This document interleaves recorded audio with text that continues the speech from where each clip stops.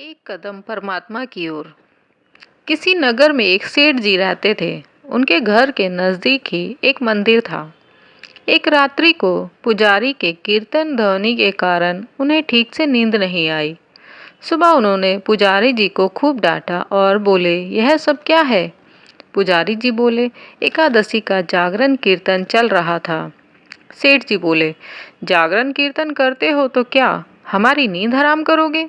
अच्छी नींद के बाद ही व्यक्ति काम करने के लिए तैयार हो पाता है, फिर कमाता है, तब खाता है। पुजारी जी बोले, सेठ जी, खिलाता तो वह खिलाने वाला ही है। सेठ जी क्रोधित होकर बोले, कौन खिलाता है? क्या तुम्हारा भगवान खिलाने आएगा? पुजारी ने मुस्कुराते हुए कहा, वही तो खिलाता है। सेठ जी गुस्से से, क्या भगवान खिलाता है? हम कमाते हैं तब खाते हैं। पुजारी बोले, निर्मित होता है तुम्हारा कमाना और पत्नी का रोटी बनाना, बाकी सबको खिलाने वाला, सबका पालनहार तो वह जगन्नाथ ही है। सेठ जी, क्या पालनहार पालनहार लगा रखा है? बाबा आदम के जमाने की बातें करते हो? क्या तुम्हारा पालने वाला एक एक को आकर खिलाता है? हम कमाते हैं तभी तो खाते हैं। पुजारी जी फिर बोले, सभी को वही खिलाता है। सेठ जी, हम नहीं खाते उसका दिया। पुजारी, नहीं खाओगे तो मार कर भी खिलाता है।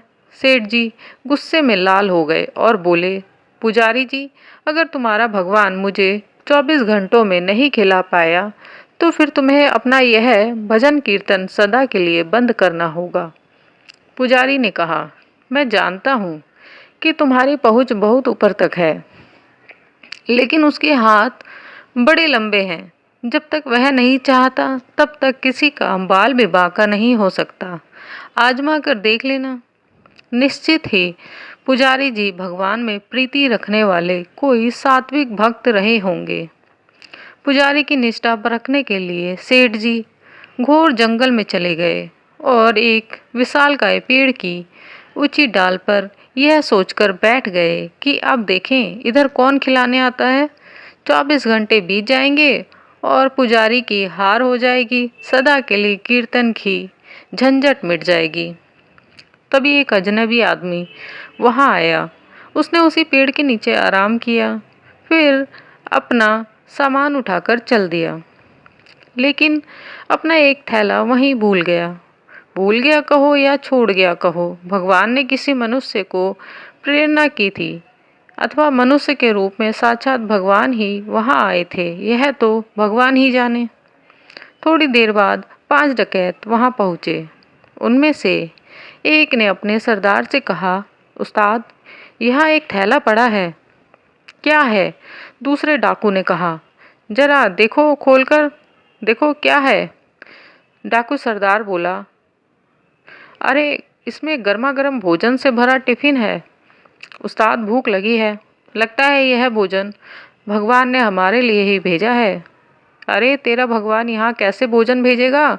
हमको पकड़ने या फंसाने के लिए किसी शत्रु ने ही जहर वहर डालकर यह टिफिन यहाँ रखा होगा, अथवा पुलिस का कोई षड्यंत्र होगा। इधर उधर देखो जरा, कौन रख कर गया है? उन्होंने इधर उधर देखा, लेकिन कोई भी आदमी नहीं दिखा। तब डाकुओं के मुखिया ने जोर से आवाज लगाई, कोई हो तो बताए कि यह थैला यहाँ कौन छोड़ गया है। सेठ जी ऊपर बैठे बैठे सोचने लगे कि अगर मैं कुछ बोलूँगा तो ये मेरे ही गले पड़ेंगे। वह तो चुप रहे, लेकिन जो सबके हृदय की धड़कनें चलाता है, भक्त वत्सल वह अपने भक्त का वचन पूरा किए बिना शांत नहीं रहता। उसने उन डाकुओं को प्रेरित किया कि ऊपर भी देखो। उन्होंने ऊपर देखा तो पेड़ की डाल पर एक आदमी बैठा हुआ दिखा। डकैत चिल्लाए, अरे नीचे उतर।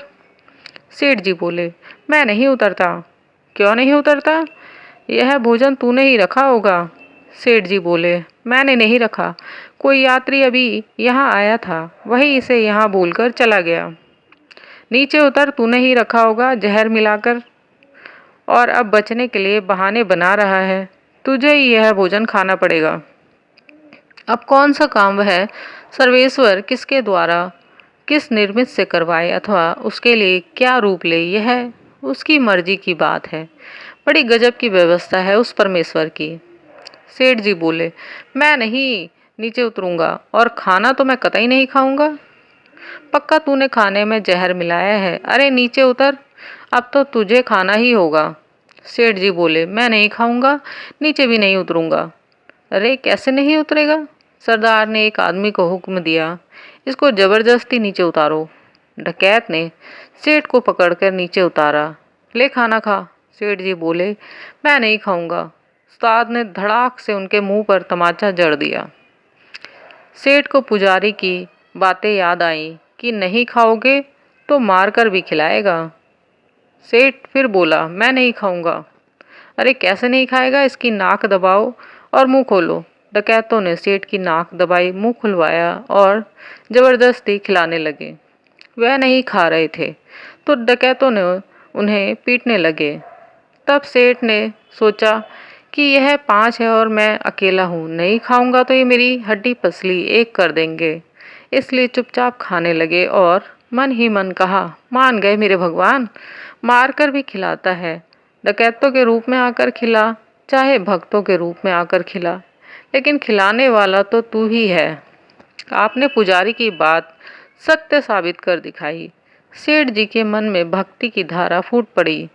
उनको मार पीट कर डकैत वहां से चले गए तो सेठ जी भागे और पुजारी जी के पास आकर बोले, पुजारी जी मान गए आपकी बात कि नहीं खाए तो वह मारकर भी खिलाता है। भक्तों, परमात्मा ने जिसे अपना रास्ता दिखाना हो वो किसी के भी माध्यम से किसी भी रूप में दिखा देता है।